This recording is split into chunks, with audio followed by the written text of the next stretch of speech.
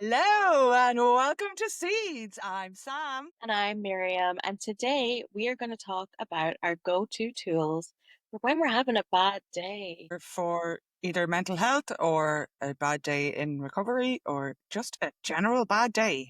This could work Yeah, for when it's everybody. raining outside and you just want to be in bed and you don't want to do anything and you just feel like death inside. First, though, I do want to kick us off with a really cool story because I like starting off on a good note. It sort of helps me feel good. So, I don't know if you've heard about the island of penguins off Australia that Donald Trump put a 10% tariff on. There's no humans inhabited this island, it's just penguins. Oh, when Well, he did his blanket world tax. pretty much, yeah. There's Oh, a there's terrible. a handful of uninhabited volcanic islands near Antarctica that is called Heard Island, and McDonald Island is the other one. And they're home to some of the most iconic and ecologically significant penguin species on the planet. And now, since this tariffs thing came in, you can support these penguins by buying a pebble from them at the Oh, Heard Island Pebbles shop. So the website was created by Kindred Studio, and it's written from the perspective of the Heard Island penguins.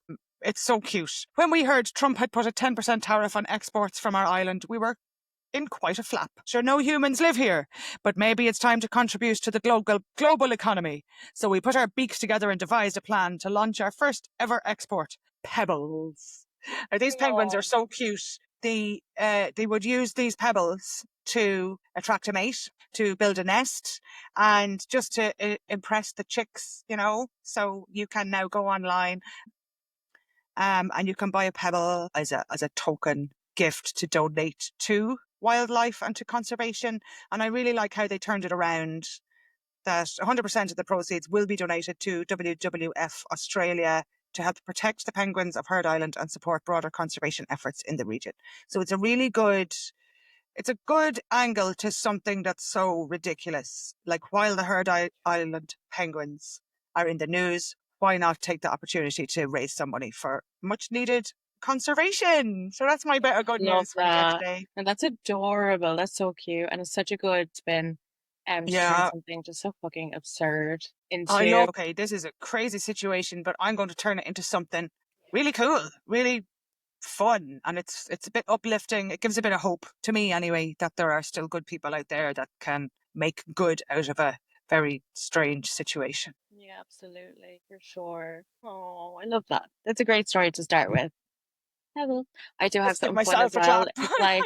It's like, I do have a story as well. It's more Schadenfreude. I can't say that word. Than it is Okay. probably actually like actual joy and contentment. But the super UK group called Everyone Hates Elon has striked again.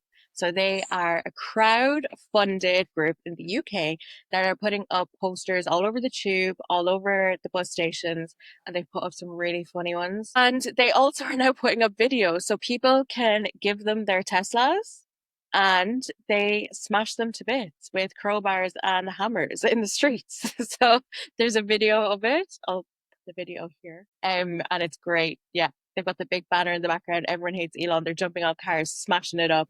And then, so these are some of their new posters. So it says, know your parasites, ticks, internal parasites, move with tweezers, worms, internal parasites, move with medication, billionaires, economic parasites, remove with wealth tax. And it's Elon Musk, Jeff Bezos, and Mark Zuckerberg. That gets 2 thumbs up from me. And then you got Tesla, the swastika car, now with white power steering. And it's Trump and Musk. And then Tesla, the swastika, it says autopilot for your car, autocrat for your country. And X Mm. marks the rot, delete your account. There were some new ones I thought were fun. They are on social media at Everyone Hates Elon. So you can check out all the wonderful activism they're doing there. It's really great. Oh, I love it. That's another great example of people doing something. Something is happening. Like Thanks very people are much. fighting back. And I think people are fighting back in their own ways. We always say that the best way to fight back is to focus on niche. What can you do? What's in your control? And they're two perfect examples of what people have decided are in their control, what they can do, and it's their way of fighting back. And I love it. It brings Mm. joy. You're back, you're It back. brings Like, hope into the world, and that's what I think this. we all need. everybody hates Elon and everybody loves penguins. Well, you better love penguins or you're not allowed to Exactly. follow us.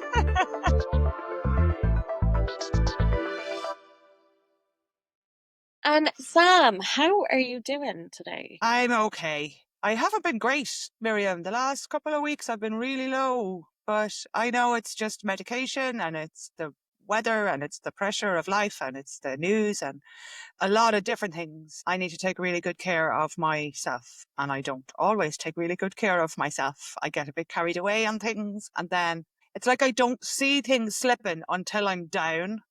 And then I'm like, oh crap, I'm down again. So yeah, I'm just being extra kind to myself and trying to mind myself, but I'm not great. Honestly, it's just not great. I got a bit annoyed as the weather turned really nice and everyone's in really good mood. And then I was like, why is everyone so bloody happy?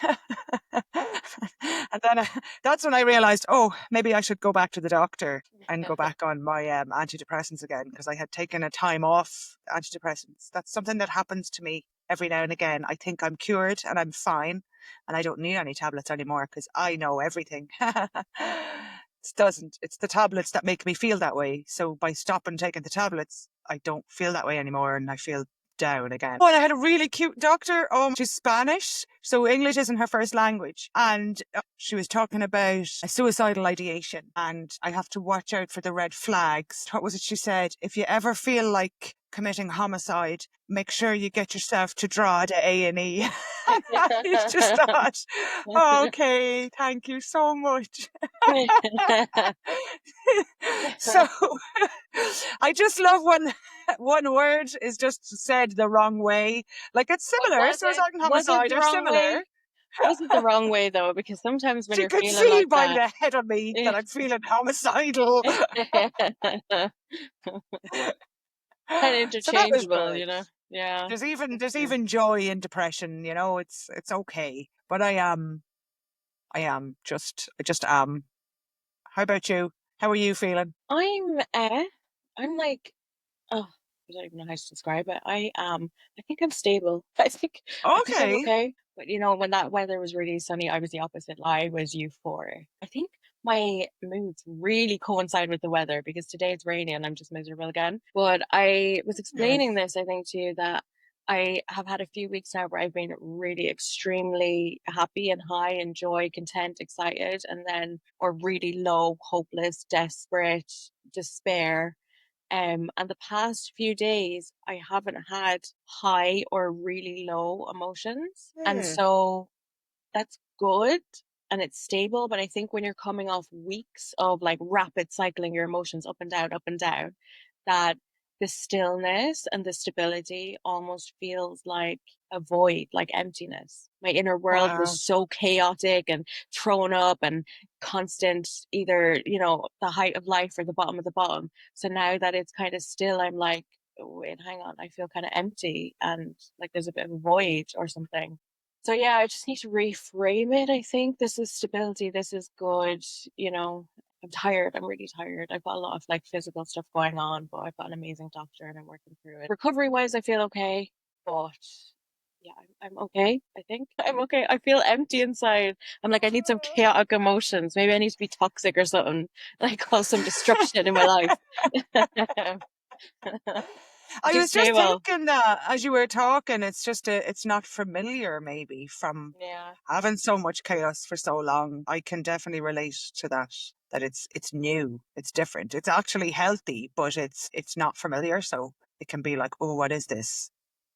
How can you tell yourself I'm safe here? This is okay place to be, you know.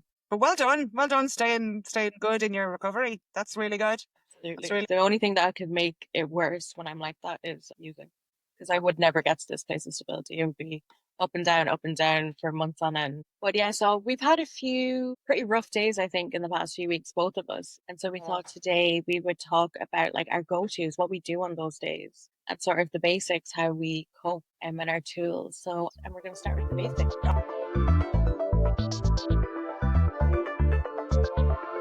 Absolutely. We'll start with the basics. The HALT. I'm sure you've heard us mention HALT before. This is something we go to all the time. It's an acronym for hungry, angry, lonely, and tired. Now we have also added S to that, which is stressed. And you have also said that it'd be nice to add thirsty to that as well. These are really the very basic foundations. When something is going on, like a lot of anger, a lot of upset, and there's no real apparent reason for it, to be able to discover what the reason is, I ask myself, am I hungry? Am I angry? Am I lonely? Or am I tired? And just address those particular things. And a lot of the time, I then find actually that has relieved that, whatever that horrible discomfort feeling is. Sometimes it's just a basic, I didn't eat this morning. But that's one that comes in all throughout recovery and through mental health recovery too. Yeah. What do you think? And I'm the exact same. That's really been drilled into me the past year. And it is a lifesaver because I get hangry. I get so angry. I get so irritable. And I'm like, what's wrong? Why is the world like this? And then I'll eat a cracker and I'll be like, oh, I'm okay now. And I want to have thirsty stuff because when I get dehydrated, when I haven't drank water or even just like electrolytes, sometimes I need electrolytes if I haven't eaten a lot. I can get really irritable as well. I can get like sad. I get Mm. sad and I feel like I crave, like I need something. And it's often I just need water. I just need to water my body. And then, I'll drink, I don't know, electrolytes or a liter of water, Bit hits. Oh God, I love Bit hits. I Please love the hits sponsor too. us. I'd love some free Bit Yeah, hits. They're please, expensive as well. please. Bit Yeah, hits, sponsor us. But yeah, yeah, I absolutely. just, yeah, I Well, just I've rehydrate. seen the plants behind you and my plant behind me. Did you hear that lovely quote that we're just plants with complex Yeah, emotions? house That we need water, we need sunlight, and then also there's other complex emotions going on as well. But we're basically get the water in, get some food in. Like there can be other things wrong as well, but a lot of That's our times first for line of me, defense. yeah, yeah, definitely. Because I don't know about you, but I sometimes will go so hungry that I'm nearly going to pass out before I'm like, oh, I have to eat. It's as if the sensors in my body don't work. So I like recognize, yeah, I'm a bit hungry. And then I forget, and I will forget for an hour or two. And then I'm like, oh, I'm actually going to pass out. What the hell is wrong with me? And then I'm like, oh yeah, better make something to eat, And I'm like shoveling anything I can get into me. And that's not healthy at all. But it's, yeah, to learn that needs to be done, you know. When you were saying that, I was like, I'm so jealous. Like, I think about food 70% of the time. 70% of my entire brain energy is spent on food. I'm nodding Oh my along, like, yeah, I know gosh. what that's like. I know what it's Can like I to be super hungry and forget I'm hungry. have some of that? I need We some need, of that. we'll swap it a I little bit. And then the there's another angry one. one. Oh yeah, go on. I was just gonna say the angry one I don't because I think of it as like the basics, HALTs, right? Like the very bottom floor, take care of your basics. But anger is a Hmm, bit more of a complex one, and we're going to go into tools that we use for more complex emotions after this in the next section. But hmm. yeah, so the anger, I don't think anger really fits in there because it's like, okay, you recognize that you're feeling angry. I think they just needed a vowel, or else it won't work as Yeah, a yeah. word. So what can they have done like HALT? I don't know. For my loneliness is always go to meetings. That always helps. Or call a friend, call a family member, talk to my child about whatever he's watching online. It's just it gets me out of my own head and a bit into his world about what's happening on Minecraft and whatever else. It helps kind of ish. But meetings for sure. I don't know, isolating. Yeah, for You me, see, the loneliness. isolating, there's good and bad to isolating. Some days I need to just go away and leave me alone, everybody, and I'm just on my own and I'm quite happy. And then there's other times where I'm alone a bit too long, maybe, and I'm not happy. So there's a balance to that Well, one. it's the difference between solitude and isolation, isn't it? And then learning the difference for yourself. Yes, But for yes. me, when I'm lonely, this is a really new emotion for me. The other day, I thought I might be feeling lonely. And I Googled, like, what does loneliness feel like? Because I realized I don't know. Like, I know all these other complex emotions, but loneliness I'd never thought about. And I know when I'm isolating and I know that sort of thing, but I'd never labeled it. What's the physical sensations? What's the thoughts that go through my head? And I kind of untangled that I was feeling lonely. And so and I guess I was doing this intuitively anyways without labeling the process. But now I'm like trying to label the process of it. And I just called a friend in recovery and chatted to them for an hour. And I just felt so connected again then. Because for me, loneliness shows up as feeling disconnected. I think I was labeling it as disassociated before. I just want constant noise. So I want a podcast on. I want to be watching videos. I can't like sit alone or something because I feel disconnected. It's a Right, new one for okay. me. I'm discovering it, but I think, yeah, that's how it shows up. And again, meetings, calling friends in recovery. I go down and talk to my parents as well because I live with my parents because it's 2025 in Ireland and I'm going to be living here Yeah. forever. And I just go, yeah, chill with my parents for a little bit. Yeah. I kind of struggle with the loneliness one because I don't really feel lonely when I'm on my own. I like being on my own. I deliberately chose to work with dogs and cats so that I don't have to deal with people. So relatable. I'm not joking. Like I do deal with the clients. Like I'll meet them at first, but then most of the time I'm going when they're not there. They're away on holidays and their animal is there, and I'm doing. Yeah, it's the dogs I spend most of my time with. But I do need to reach out and spend time with friends. I want to try and set a one visit a week to a friend every week. So at least that's my minimum now that I have to be meeting another adult and sitting and just talking. But it's hard. It's So what hard do you because I don't like do? it. Yeah. I think it's like a skill though, building that social skill. Because I don't know about you, Yeah. but for me, for pretty much my entire adult life, whenever I had to socialize, I just have a few drinks or substances. And then I'd be like the most loud, obnoxious person. I'd no anxiety or shame whatsoever. But that worked for me. That was a coping skill because I get socially anxious. And so I guess being in recovery, it's a skill we have to build up, right? Yeah. Yeah. Doing it without the substances. Yeah, Yeah. absolutely. And I know I am super sensitive to things like the way someone looks at me or the way they say something. They could actually just be saying hello, but it's the way they say it. And I can be like, I can take it so personally and be really hurt. And like, I need to work on that as well because I don't need to take everything so personally. But I just accept that I have a very, very finely tuned belly brain that's tuned into everything that's going on around me. And I need to protect that, kind of protect myself as well as expose myself a little bit. That's why it's like people I know are really good friends, I will go and stay with, but I don't go for too long. And I allow myself a little bit of time. But it's a slow process. And that's something I suppose I'm accepting as well in my own journey that none of this is going to happen overnight. And I'm not going to be cured. It's just going to take time and kindness to myself, tune into those sensors in my body to what's going on and listen to it and act. When I feel I've had enough now, I need to go. I can just excuse myself. I'm going now. Thank you. You know, but yeah, it's a fine line. It's really interesting because I think like that's you just said so much there that I have so much to say. But it sounds like I'm like that as well. I'm very, very sensitive to what people think of me and external validation. Like I will judge myself based on what other people think of me. And so it's an inside job rather than an outside job, I think. The antidote to it is self-acceptance and like having that identity and that validation. And then I was just thinking when you're saying about how when you're somewhere and you need to go, you're like, okay, I need to go now. And that's a really good personal boundary to have, taking care of the relationship with yourself. And you're putting that boundary for yourself in place to yourself. Does that make any sense? Yeah, And it's like, absolutely. yeah, that's great. You're taking care of yourself. That's self-love and Yeah. self-care, And that's repairing that really damaged relationship I had with myself in addiction, which you in know? turn then boosts your self-acceptance. So it helps with that whole Hmm.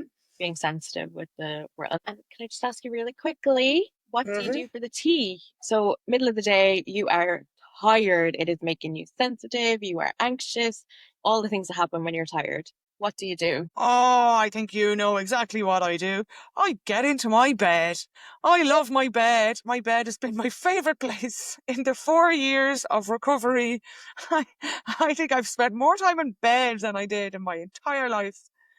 Yeah, I go for a nap. I go for naps, even if it's 4 o'clock in the day, if it's 5 o'clock, it doesn't matter what time it is. I can just stop. I'll just say, right, I've done enough now. If I haven't had dinner, maybe I'll make sure the dinner's done or whatever it is I'm working on, as long as we've both eaten. And I can just say, well, I'm just going to not finish the washing. I can do that tomorrow. I can do the dishes tomorrow. I can do whatever else I had lined up for myself. I forgive myself that I'm not going to do that now. I don't have any more. They talk in autism terms of spoons. I have this amount of spoons every day. And when I'm that tired, I'm like, well, look, I just don't have any spoons left. I'm not able to do any more. The best thing I can do for myself is just go and lie down. And I don't even go asleep, but I just lie down, just to take the weight off myself. I think as well, for me with the tired, I need to work out what sort of tired I am. 'Cause sometimes I'll be Oh, emotionally tired. Sometimes I will be mentally tired, and then sometimes I'm physically tired. And depending on the type okay. of tired, so if I'm emotionally tired, I try to just be really self-soothing and I take like a break rather than sleep. And I don't watch Real Housewives and I don't go on social media because social media will like set me off. I can't even play chess when I'm emotionally tired because I get really angry and I want to throw my phone through the window if I lose. And so they're all things that yeah, I play a lot of chess. I'm like addicted to it at the moment. Um, Okay. but Okay. when I'm physically tired, I can't always nap. So I find sometimes just lying down and listening to some nice music, meditation, a lot of the time for me would be the one that'll help me physically recharge. And then if I'm mentally tired, I'll like watch Real Housewives or just something really easy on the brain where I don't have to think. So yeah, I respond to different types of tired differently. I have never even considered the different types of tired. I'm just always tired. I just call it all tired. But I think I'm physically tired from just doing all of the things that I have to do as a mommy and a business person and a dog walker. Like it's a lot of physical walking in my job that I love and adore, but it is tiring. Um, but yeah, I never thought of that. Been emotionally tired and mentally tired. That's just given me food for thought now because sometimes I will just sit down and just stare at the wall. Tired. Oh, need to like That's zone mental out. tired, isn't it? That's just zone out completely. And I'm just like, I don't know. I think it's like everything, like there's just so many layers. And the more you can laser focus and point the tools at the problem, get the Yeah. solutions to really match the issue, the more effective it's going to be. Well, I would love to put in there as well. I know this is different. This isn't actually part of the halts, but another lovely treat I do for myself. If I'm feeling very low and very tired, I'm like, right, okay, I'm going to push myself through, get these covers and stuff changed on the bed, get into the shower, get the nice clean pajamas, nice fluffy socks. And it doesn't cost anything. It costs maybe a bit of effort to change the bed, but that lovely feeling then when you get into that lovely clean bed and you're all lovely and clean, it's so nice. It's Like so get cleansed. it, it's a really special like gift to myself. It's like a little treat that feels so good, and it's like I deserve this. But I don't know if that would fall under just self-care, maybe. Yeah, but it's self-love, isn't it? Doing it's like giving yourself a it's like cleansing yourself. So it is kind of a basic as well, because Because things like sometimes, yeah, you can feel taking like, oh a shit, I haven't had a shower. shower in a few days. I'm stinky, I'm Right. gross, no one likes me. And it's like, well, actually, no, I just need to wash myself. And then I feel better. So it's doing things to make yourself feel a bit better. And it's the like when when you're really depressed, right? And people are like, you need to go for a walk, you need to get a shower, and you're like, fuck off, like shut up. Don't tell if you tell me to drink water one more time, Yeah. but then you do it and you Yeah. feel better, and you're like, fuck's sake. I remember my therapist used to always tell me to go for a walk, and I'd be like, this every time she said it, I'd like die inside a little bit. And then one day I went for a walk and I felt really, really good, but I was like, I'm never telling my therapist that that worked. Stupid fucking walk and stupid showers, and I'll do it so reluctantly, but it does. Stupid Like, it bloody really, water. I'm drinking it yeah, every day and I'm yeah, still depressed. yeah, yeah. But it really is those basics, and we can't minimize how hard those basics are to do sometimes when you're in a place where you're just done. It can be like climbing Everest Yeah. will be easier than climbing into the shower. And Yep. yeah, it's just again, it's about start like soothing the nervous system to get to a place. Do you know, actually, now that we're talking about it, I don't have that struggle anymore to like do things like I used to. Oh, that's amazing. Yeah, I That's really don't. huge. It's been a long time that I've struggled to like get in the Mm, shower or get dressed or get up. I don't really get that anymore. And I think that's because I've learned that that's your nervous system in like dead mode and you have to soothe yourself out of it to be able to yeah. do it. But Yeah. that's really And interesting.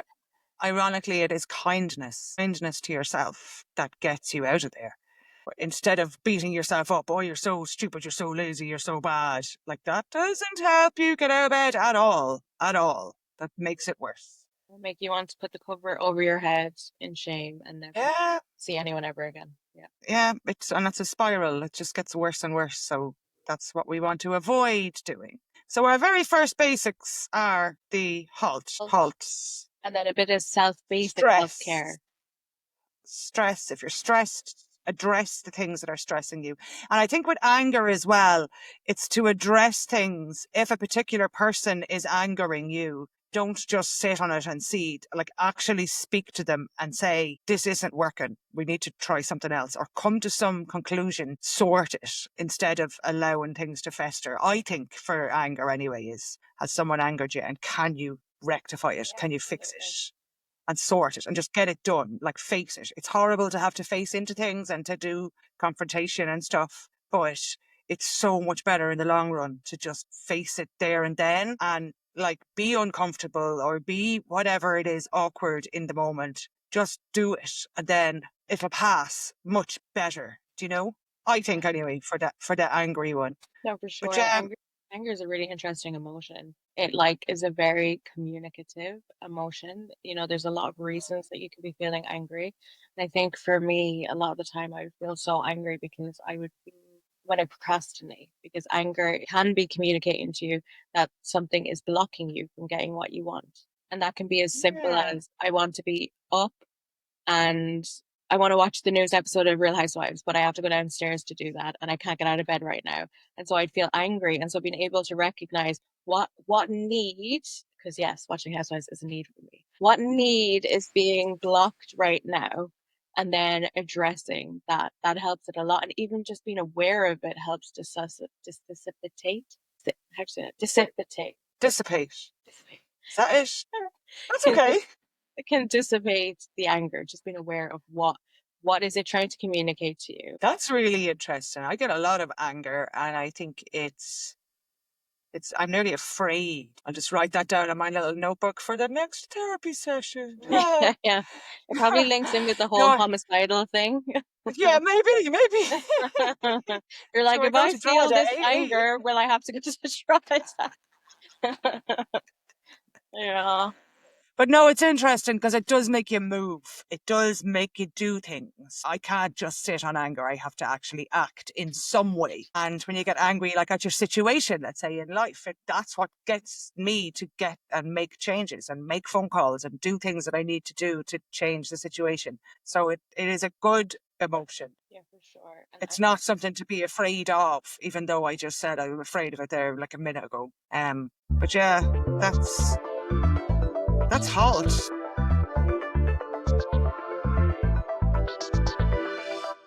okay, so the next part is the inner world. So if you're doing all your basics, your basic physiological needs, and it's not working, the next step then is to do a little bit of internal work, right? Hmm. And so Yeah. what are your go-tos? How do you start untangling that or being aware of My it? favorite, well, internally, it's like you've got what's going on inside your body, and then you've got what's going on inside your mind. That's it. My internal world is my mind, and then there's like all the different feelings, like my gut feeling and all that stuff. But for my mind, I learned this lovely trick in therapy about the train of thought, and that my mind is like a train station, and my thoughts that come into my mind are all different trains that are coming into the station. And they're coming and going, and some of them will stay for a while, and some of them are not welcome, are not good thoughts. Like, I can sometimes have very horrible thoughts, and to know that I myself am a observer of these thoughts, of these trains. This was something I learned in therapy, to sit on a bench in that train station and just watch without any judgment, just watch these different trains coming and going. And in practicing that, I learned very quickly that I am not my thoughts and I am not my mind. My brain does lots of different things. And one of the functions of my brain is that these thoughts are going to swirl and fly. And sometimes there's loads of them and it's very busy. I don't actually have to get onto any of those trains. I don't have to latch on. I don't have to go along with any of them. I don't have to identify with any of them. they will pass. And it's like that lovely saying, this too shall pass. That's another one when someone tells you when you're in the middle of something, you just want to strangle them. Promise I know But to draw it out. yeah, yeah. There's a train station in Drogheda too, isn't there?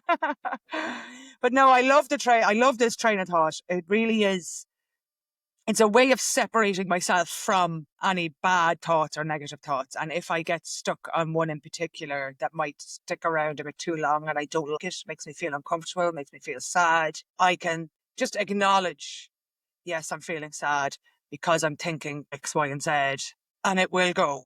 To try and put resistance to it and try and stop it and try and fight it is pointless. It's so much better to just sit with it and cry if I have to cry, or scream if I have to scream, or shout, or whatever it is to help relieve the feeling or help feel the feeling. But it's like what a friend of ours, very wise, lovely friend of ours, says: feelings just want to be felt.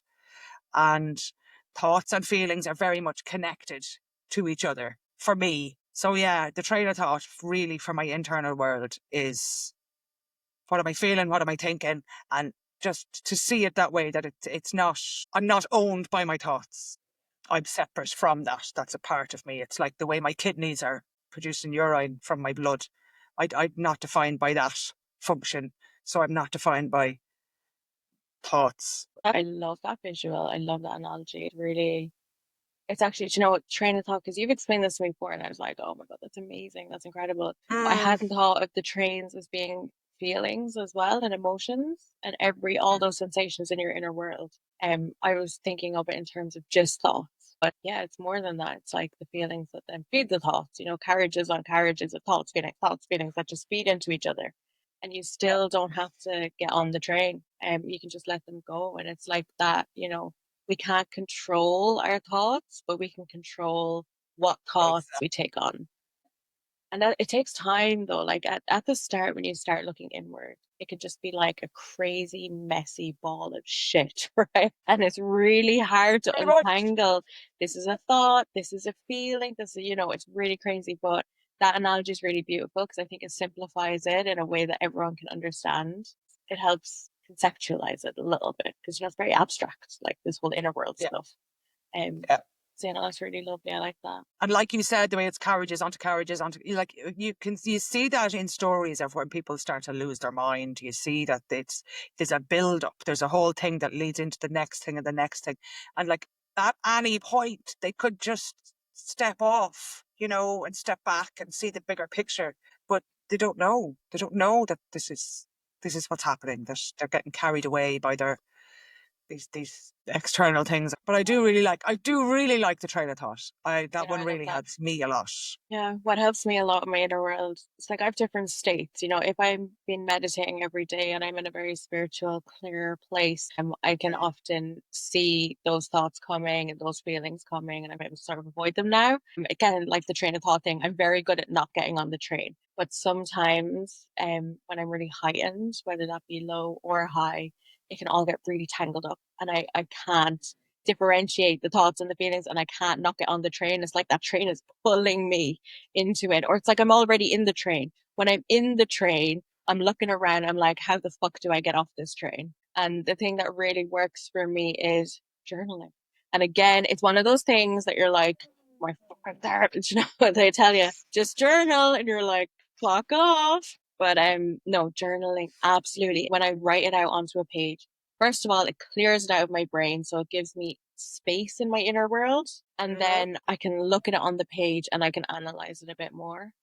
So that's why journaling for me is just being journaling and meditating are the two, like, my super tools. The breathe. I find the breathing so helpful. Just breathe. Just I don't have to do anything today. All I have to do is just breathe and just be here. Just Just stay here.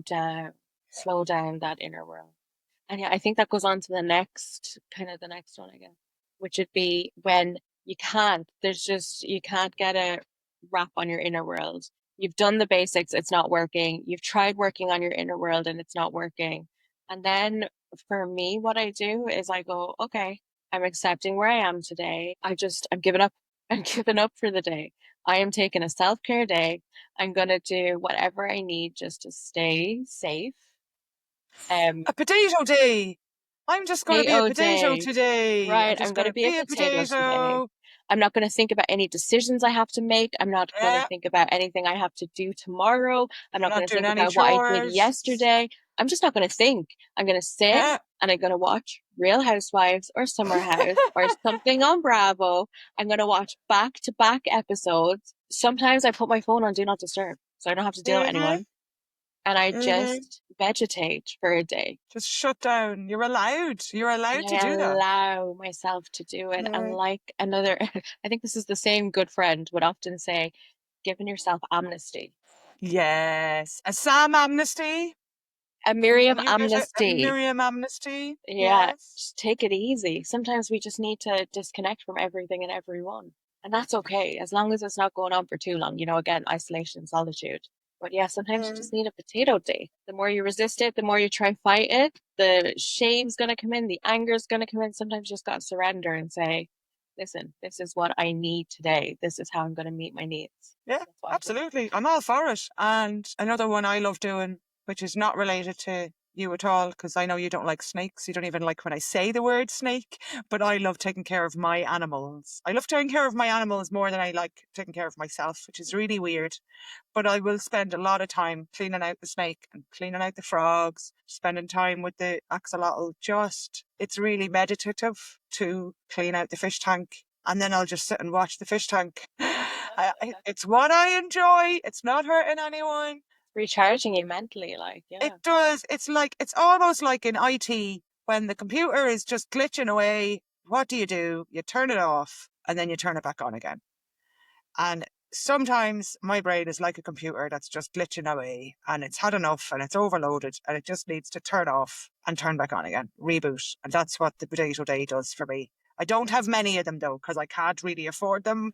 But when I can and when I need it, I do it. And I advise others to do it too, because it's great. And I think the thing with potato days as well is you have to weigh up the consequences because there are consequences to potato days. It's hard then to get up the next day. It makes getting back into the routine a little bit harder. It's a little bit stressful when you put your phone on Do Not Disturb and then you have just mountains of group chats and all these things you have to get back to. So And there is, 17 voice messages from Sam. yeah. It's like there is, you have to weigh up the pros and the consequences, like do I really need this potato day? And am I aware that it's going to be harder to come out of this potato day? And yeah, if I've tried to take care of my basics, I tried to take care of my inner world, I've untangled what's wrong with me, there's no solutions, and I'm aware that it will be more difficult to come out of the potato day, then yeah, I just go, it, and I, Another great one, when I'm worrying a lot about things, I give myself a worry hour. So I'll write down if some worries keep popping into my head, okay, I'll write that down and I'll bring that up with myself in my worry hour between 6 and 7. I'm allowed to worry. And every I other hour of the love day, that. I don't worry at all. I will just, and if that pops up, it's like, okay, I'll add that into the worry hour. It's like the agenda for the worry meeting that I have with myself. I love that. That's It's so good. great. It works so well. And it's the same with like, if there's a lot of anxieties coming, you can be like, okay, I will allow myself to be consumed with anxiety for an hour. I And love that's that. it. I'm And done then. yeah, I'm I making love that time, so making much. A space, and then worry it's hour, over. Yeah, my worry hour. worry Yeah. hour, and an anxiety hour. That's great. And that's such a self-compassionate way of dealing with worry and anxiety, right? Rather than shutting yourself down and saying, why are you worried about this? You should just be a Zen Buddha and Yeah. meditate in a way, You're Nope. saying, no, I'm human. I'm going to allow myself to Yeah. worry. But between the hours of 7 p.m. and 8 p.m. on the 22nd of April, 2025. I love it. Because I have to do things. I have to do the dinner. I have to do the housework. I have to get to school and collect them from school. I can't be consumed with worry and things while life is still going on. I have to do all of those things. So it's like, right, okay, well, we'll just put that aside. I'll schedule it in on my daily schedule. This is my worry time. Yeah. It's just another tool to help, An amazing to tool. cope. Well, as always, Miriam, I absolutely enjoy talking to you. It was lovely to see you again, and it was I feel like I got so marvelous. many tips there. I'm gonna do worry hour for sure. I hmm love that. And I think I'm gonna focus on setting boundaries with myself. That was really when you said that. that kind of struck a chord with me because I'm sort of on a bit of a self-love and self-acceptance journey at the moment. And so, yeah, building that Hmm. relationship with myself, and one of those things, any good relationship has good boundaries. So thank you for all your wonderful Yeah. insights. Thank you too. You've really helped me here too. Like a Goes little both therapy ways, my session. dear. Yeah, Yeah. Well, I hope all the listeners enjoyed it too and got something good from it. And absolutely. we'd love to hear some feedback on either TikTok or YouTube. Neil, thank you so much, everyone, for listening. You can find us on @SeedsIRL on TikTok, on Blue Sky, on YouTube, on Spotify, on Apple Podcasts. And if you want to check out our favorite person, Sam, you can find them Oh, on yes. Sam Yep. at Pet Services on No, YouTube. you can find me at Sam's Pet Services on YouTube and TikTok. And yeah, we'd love to hear any feedback that you have. It'd be really great in the comments there. Let us know what you think. Thanks very much for joining us. Thanks, everyone. We appreciate you all. And, we do hear your feedback. We hear you saying that this pod is resonating with you, and it means a lot. It really does mean a lot to know that we are helping people, I guess, by chatting shit.